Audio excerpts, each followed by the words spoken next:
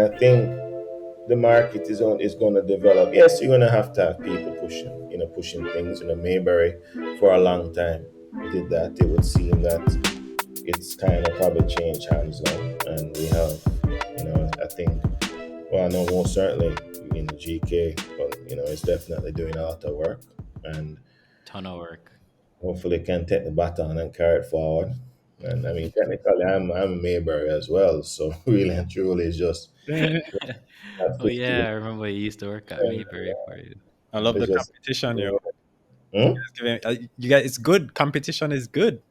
Yeah, man. Maybe I was doing it by themselves. Now you guys are competing. I'm loving it, and I can Guys just wrap focus it on up. horse racing and pick tree and all of that. No, in the business of madness or anything like that. Them business. The Hong Kong the other day. Ah, we were talking about that too, with SVL and how far SVL is being pushed right now. Um, And them SVL is frank- doing some big things in the space, big things in the space. So Absolutely. No, it's exciting. But again, as I say, through the provision of investment banking services and all that, they're able to buy a pretty significant stake in a game. Well, in a what they call it, a fintech company. I don't think they say it's not a gaming company. They say it's they're in fintech. They're in the Fintech. provision or a payments company. I think they say it is. And then, Creo, was it huh? Creo? I think it was Creo. No, no, no. What I'm saying is Supreme Ventures doesn't refer to themselves as a gaming company anymore. I think they more view Oh, themselves as payments or fintech or one or two. I don't remember. mhm. But I remember they said they're a technology I think they have a company now. fintech arm, a specific Mm-hmm. fintech arm too. They have yeah, so because how many. they view it, is if you go into, I don't even know the name of the games, to play a cash pot or whatever, there's no reason why you can't go in there and send a remittance. You can't go in there and pay your bills and all of Mm-hmm. that. So they view themselves as facilitators, Yeah, that they just have a wide footprint and a number of a very large network. customer take up a network, of course, Mm-hmm. So to them, they just want to maximize the money that they Yeah. get from each customer, or what they allow each customer to use with them. Mm-hmm. We were But I'm talking saying, about even how they bought the remaining 44% in Michaela Financial Services. yeah, So that's now microfinance. Like they're really like expanding their offerings and so on. So they're utilizing their network and their platform and just expanding the services and building on top of that. So Supreme I Ventures is think, good. Did you see the in the PM's debate too? I don't think that's something we spoke about, Preston, but they the PM, is it the GCT was removed on horses or yeah, something like that? Importation of like horses.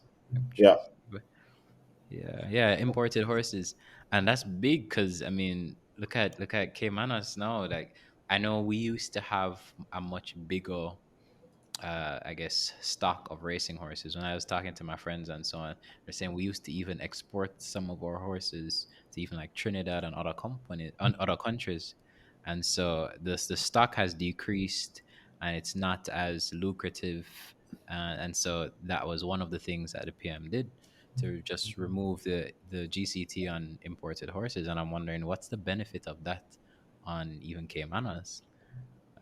So I think there are a lot of things that can go very right with SVL.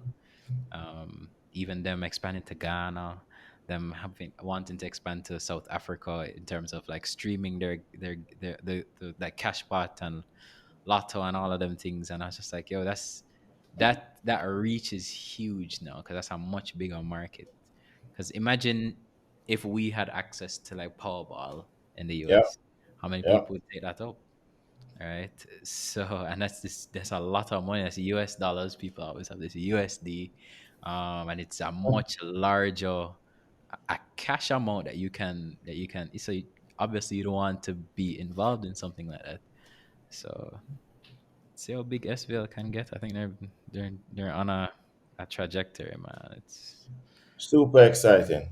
I think yeah. it's super exciting, and I think the time and that one, where I was getting at was, it's coming from an investment. Well, really, it's coming from many years of investing in markets Hmm. and building up their treasure chest and client relationships to be able to, embark on something like that. And I think it's a wonderful and very inspiring state of affairs. I think anybody looking at it should be like, wow, that's really possible, Yeah. Very excited about. I think SPL is great too, more so because it's a Jamaican business. Hmm. And I think it's time that we now have more ownership in the things that we use. For many years, we've made so many, what's the word I'm looking for? Players in, other jurisdictions well off, through our dollar. I think there's a time now for us to own a lot more of what we consume, and we see it in food and liquor now. Well, food, not so much liquor anymore, but food, and we see it in beverages. But now it's to build out that, build on that, and to have more of that money stay home to the extent we can. Obviously, globalization's a thing, so we'll never keep everything, and I don't think we need to. But I do think there's room for us to participate a bit more I where agree. circumstances allow. And I think SVL, being a Jamaican owned company. Wait, who owns SVL? The lead owner is Zodiac, right? What's that's the Yes, name? Trinise. I think Trinise. Right, right. Hmm. Yeah. The composition of that may not be as direct as it seems on the surface here, so Mm. I wouldn't assume that they're a majority owners. But they could be, who knows? But the Hmm. point is, at least it's Caribbean. It's not the Greek guys who did very well to build up the business that was intralot. Mm. So, ownership coming is near shore, which is Yeah. great. Yeah. Hope to see more of that. So, big up Agreed. all those, everybody involved and all concerned. Hmm. Yeah. Wait, my cat is doing the most right now. Mm. Recording That's on, him. that's on brand. What you guys make of? So, what you expecting for the year? I know you spoke about the your expectations for the market in the interview, but is there anything you'd bet on happening? In terms Um, of what individual stocks?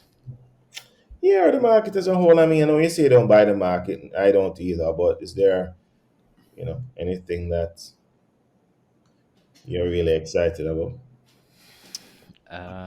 There's let's see. so many things. Let's. I'm gonna have to just pick a company. Honestly, Let's I see. see. See Fesco. Fesco with the acquisition of like Wilson Beck, I thought was like really interesting. Yeah. Was not expecting that, but I am, I'm like I think like Fesco has just been so quiet for a while, and like, now it's like the the big dog is awakening again, and they look like they're ready to do some interesting stuff. Um, Yeah, I mean, I always thought they were going to acquire a company to go into LPG.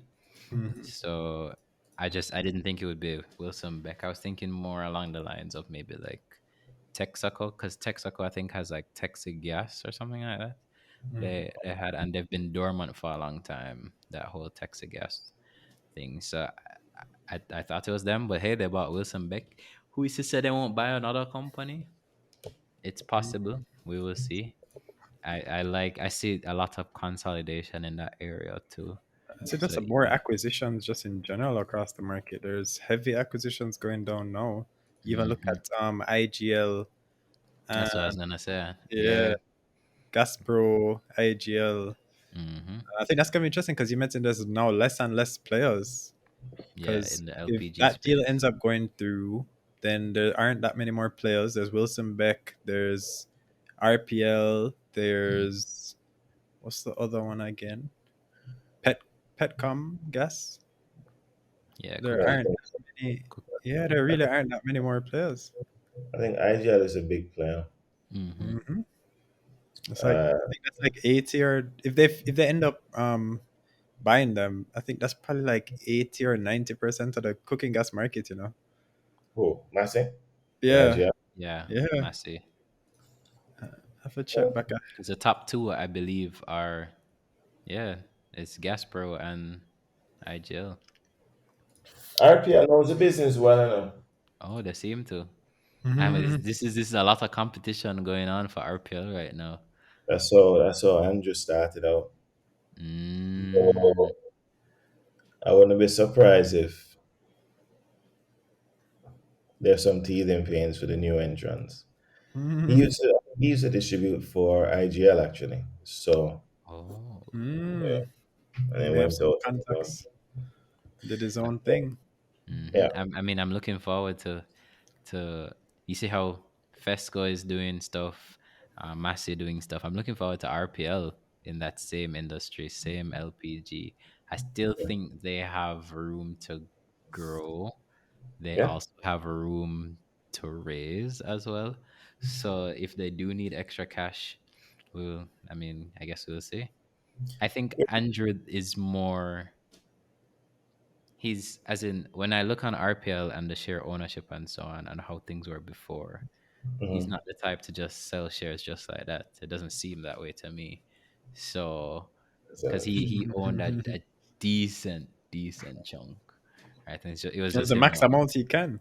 Yeah, yeah, exactly. yeah, yeah. So, These big. guys are these guys are businessmen, you know. So, Hmm. but the service stations will come first, and Yeah. then I think after that we'll see what follows. I think he came out publicly and said he was expecting them in Q2, I think June or so. Mm. That they were delayed because of port issues. I don't know what the issue was, but there was some issue that delayed their opening. Mm, But I think that would be I mean, they look great. You know, obviously I've seen what the mock-ups look like, and they're going to be really, so they're going to distinguish themselves aggressively from the market. So that yeah. would be good. I think they have some price advantages. We should help them as well. And people love new, exciting, colorful buildings and brands, and I Yeah. think we'll definitely get that from the service stations. And he's very strategic in terms of how he moves the business forward. So that could provide, I think, a springboard for his LPG business, which is ongoing. I think he said publicly that a lot of the capital expenditure would have been funded from the IPO proceeds, which have been going towards buying cylinders. So it's no doubt that the business is growing. Fesco has been stretched. I think they've had two debt raises, one Hmm. for 1 billion, one for 1.1 for 700 million. So they've raised an extra 700 million, well, 1.7 billion in capital, which I think has been deployed. So I think they're gonna have their own limits that they can't stretch past. And I mean, but listen, they're a great business, eh? I buy 93 for my car, and the minute Mm. they got it, I've not been back to the Texaco I used to buy 93 at. Oh. Mm. Texaco is actually What car do close. you drive? I'll tell you after. As if you buy 93 for your car. I'll tell you after. Okay, fair, fair, fair. But the point is that innovation was great because it's on Yeah, every pump. yeah, I yeah. mean, the Jacksonville Texaco, I think, is just one, and the price Mm, Mm. the price is almost half. wow. I mean, it's about 33% less, and it's Mm. on every pump. You're going to Yeah. be. I know they're not. It's not. They're not advertising, but it's just an Mm. innovation that they've Hmm. delivered on, and it's really good. They have Yeah, I Yeah, card remember machine. They have like card Jeremy. machines at all the Hmm. pumps too.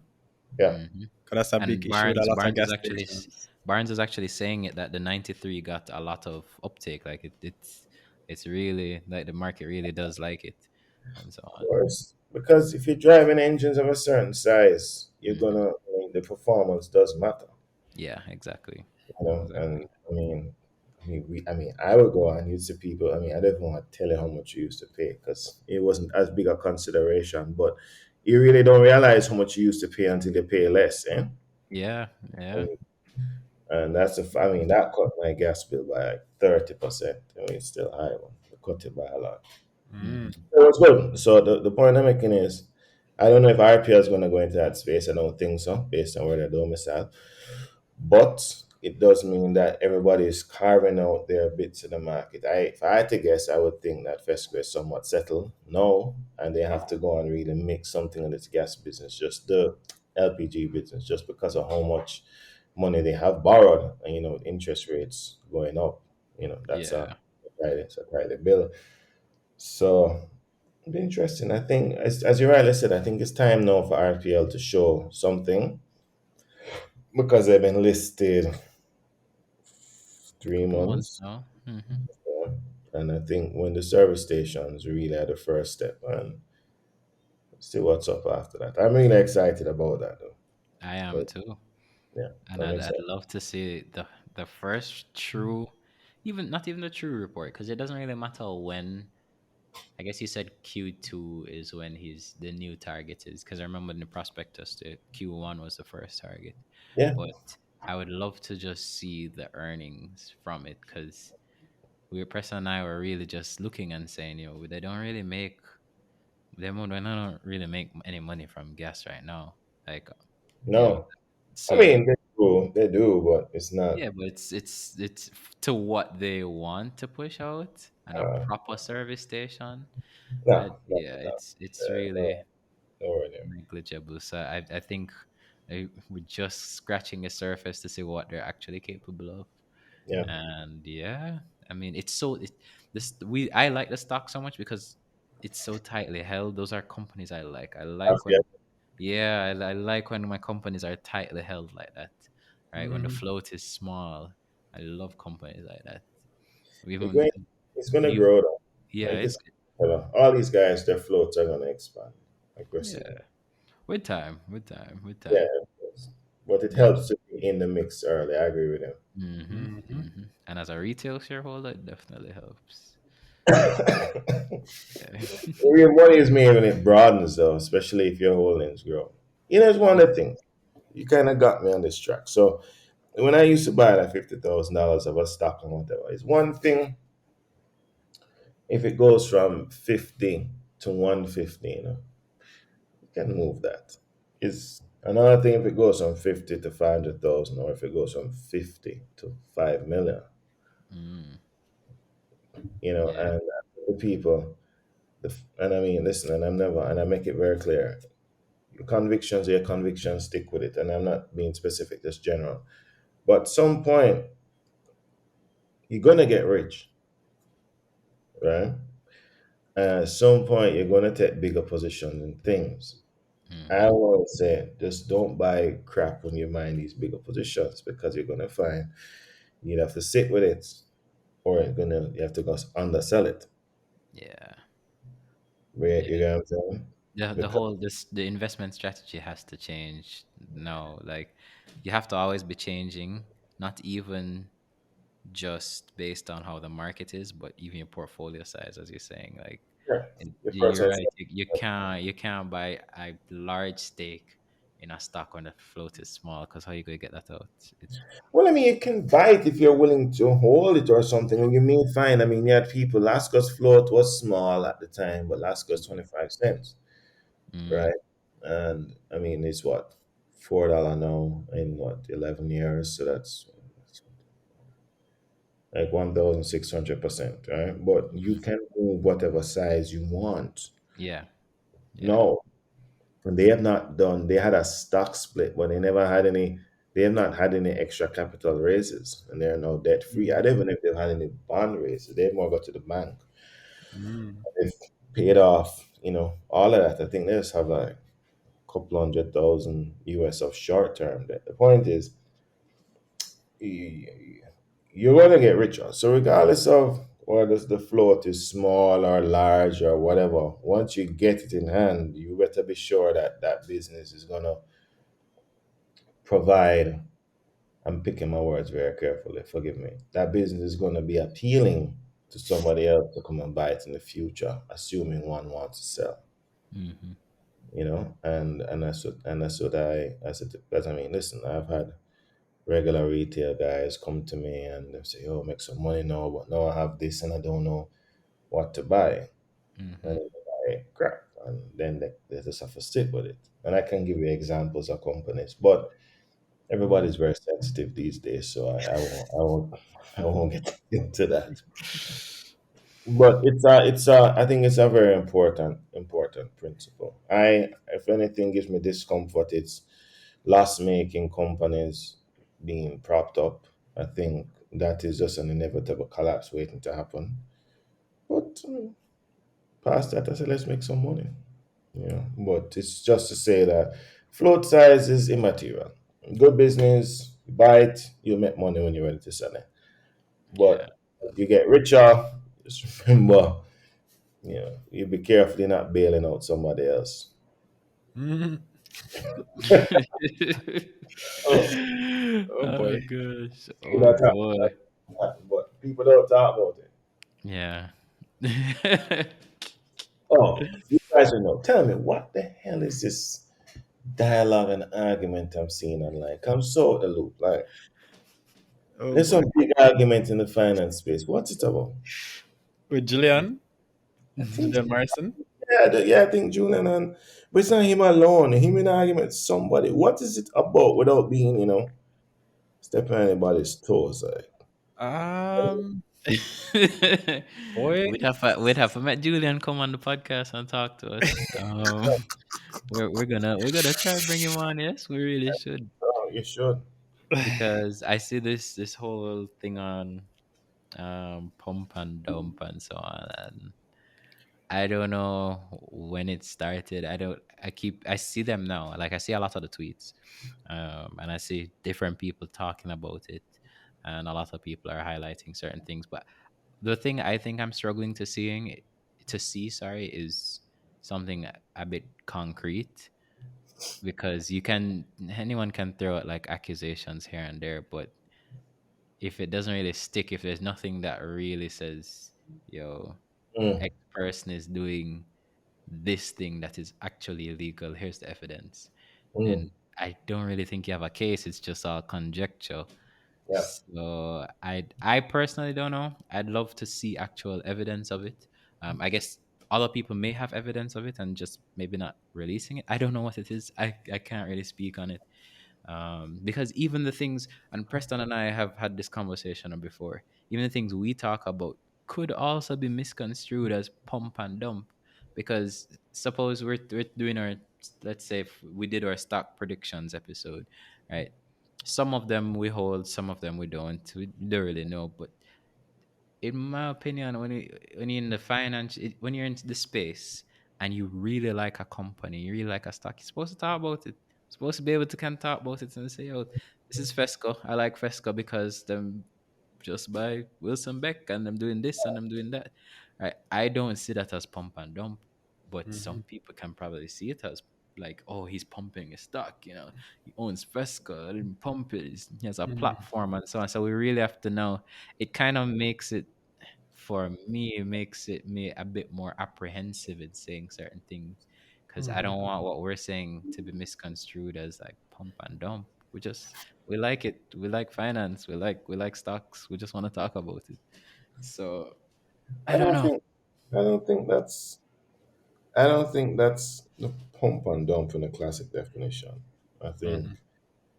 the market operates on a few principles, right? One is perfect knowledge.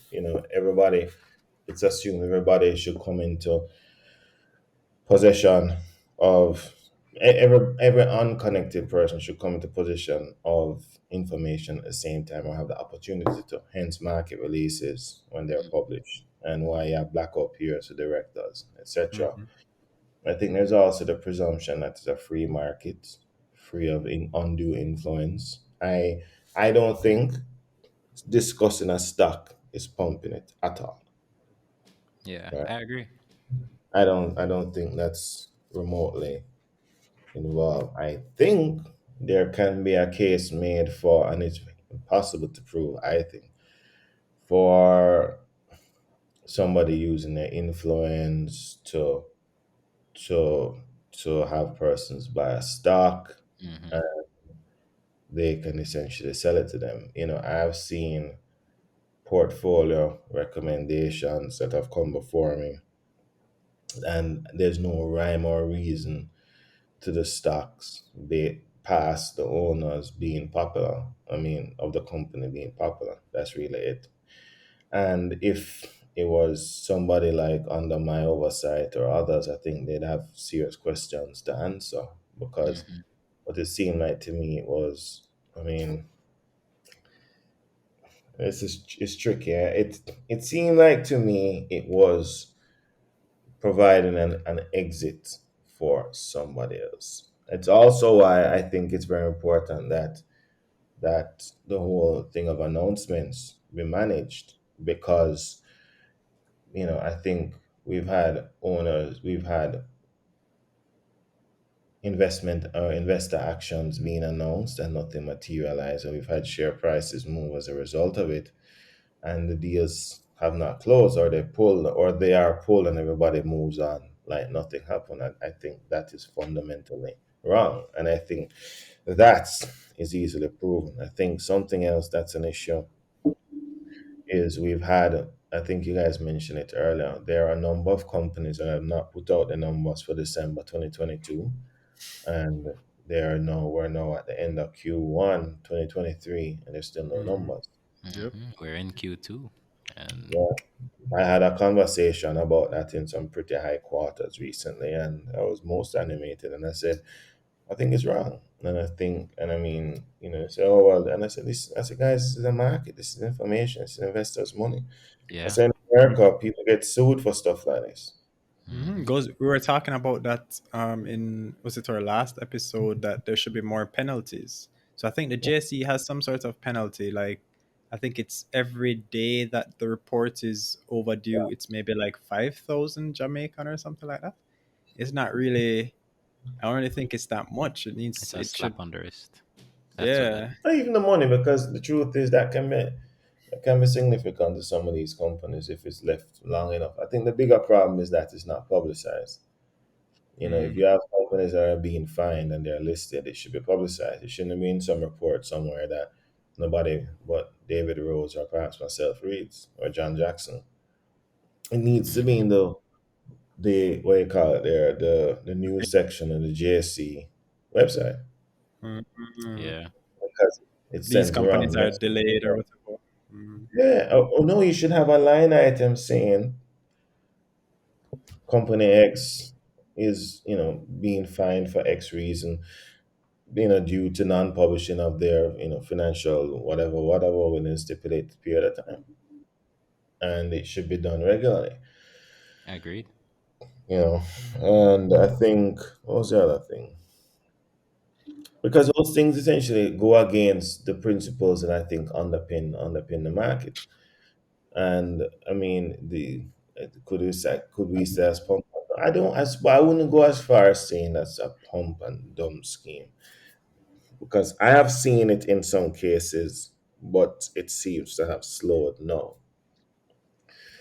And that's for reasons that I think the companies just don't have the cash to pump the stock anymore. But there are people being burned, and I've had people come to me and say they've bought stock because they heard me talk about it. And I've never spoke to these people in my life. So I've had to be very careful as well. In fact, Yeah. I got in an argument the other day because somebody thought, and I hate arguing. I got in an argument the other day because somebody thought or made it look like I was propping up a stock I had something to do with. So I didn't disclose what I buy, and I don't even buy that often because, as a deal maker, I have to be very careful that the full arm of the law don't extend to me. People hot for me already, so I have to be careful. That is true. But I mean, technically, by virtue of the information I have, I could act on it. I don't hold the shares in most of the companies I do stuff for, and if I do, I've held it a long time before anything really move forward, because I have to be able to show that my hands are clean. I mean, Red Stripe buyout, I probably feel like this story comes up every day. Red Stripe buyout, and if you dig back and read that, there was a Gleaner expose where they disclosed the advisor's name, where they were trying to accuse the outgoing CEO of insider trading. The state Mm, broker name, the advisor name, the date they bought stock, the instructions within the email, all of that. wow. Mm, wow. Crazy. Yeah, man, it was I did wild. not even know that. That's crazy. So anyway, I said that to say I don't know what the argument's about. I tend to miss all of these things, but I just found it very amusing, and I gather. Some people are in their feelings about it. But again, I Like don't know. always. If everybody's so rich, why the hell are they getting so upset over stuff? Like, just move on, man. Yeah. I think my biggest thing is I just haven't seen anything like concrete. So it's all just like accusations, but nothing like, that really ties somebody to a pump and dump thing. So I Yeah, don't know.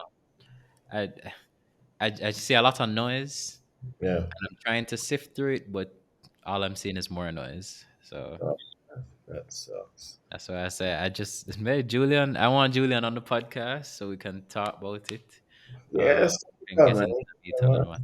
Yeah, for sure. You should have him on. I think you'd find it to be very entertaining. But I've Yeah. seen some suspicious stuff. I'm not going to lie, but I think it's more at a private level. Mm, Mm. I'll be honest with you. I really don't care. Like, let the buyer beware. The buyer knows what they need to be mindful of. mm, And I am not here trying to save the world, and to becoming better investors. So yeah. if if they're minded, okay, my person I just sent you, you can share it with them. Okay. Nice. But listen, I think now are the times when people make money. Mm-hmm. When it's not as exciting and people are wary and cautious and pessimistic. I think now is when people get to buy securities. Mm-hmm. Cedric Blair. Sorry, I just see it. I met this guy recently too. Brewery. Oh yes, brewery. Yes, yes, yes. So we were having a long conversation about how much I like brewery. It's like my favorite bar. It's just I just love the aesthetics of the place. Even the food is great. The Oh, he beer is owns like brewery. yeah, Yeah, Oh yeah. yeah, He's brewery is really nice. Yeah. we were very, even yeah very good we were very good. What sorry, Ram? investor. Yeah, man. Like we were having a very long conversation about him at Red Stripe, him leaving Red Stripe, was wondering what he's gonna do. Said he didn't really want to work for anybody because they couldn't pay him what he thought he was worth and so on. So he said, just drop everything and just start him own thing and just that whole story. I wish you'd come on the podcast. And at the end of the whole conversation, I was like, yo, you should come on it because he sounds like such a motivational speaker. Yeah. But yeah, Hey, I mean, if you're a CEO of a company that's bought for 3/4 of a billion US in Jamaica, I mean, what do you mean? Of big, course. big. You know what I Big. mean? Like, you Nobody guys can are, talk. huh? Yeah, nobody can talk to him again. That's why he said he couldn't work for somebody else because they probably couldn't afford to pay him. And I was just like, well, I understand. Look at this. That's Listen, man, rich. you do that. Your confidence is on like a Mm, million. yeah, Business, so, careless talk or climbing a corporate ladder. yeah. But you work with the Azure in the region for a while, maybe a year or two, and then that was it. So, Hmm. you did well. Nice. Did well. All right, gents, I have work to do. Hmm. I would hang around a lot longer, but I do have a project I need to start and try and make some headway on. So, Hmm. maybe Well, thank you so relatively much. short. Yeah, Yeah, no man. problem. I always appreciate you coming on, man. Like this No was problem. this was pretty impromptu, but I rate it. Thank you again, Ryan. Thank Respect. Um, you. yeah, My man. Take pleasure. care. All right, we'll talk. So I need to do what now? Just leave this open so that you can download the file. Yeah, Miss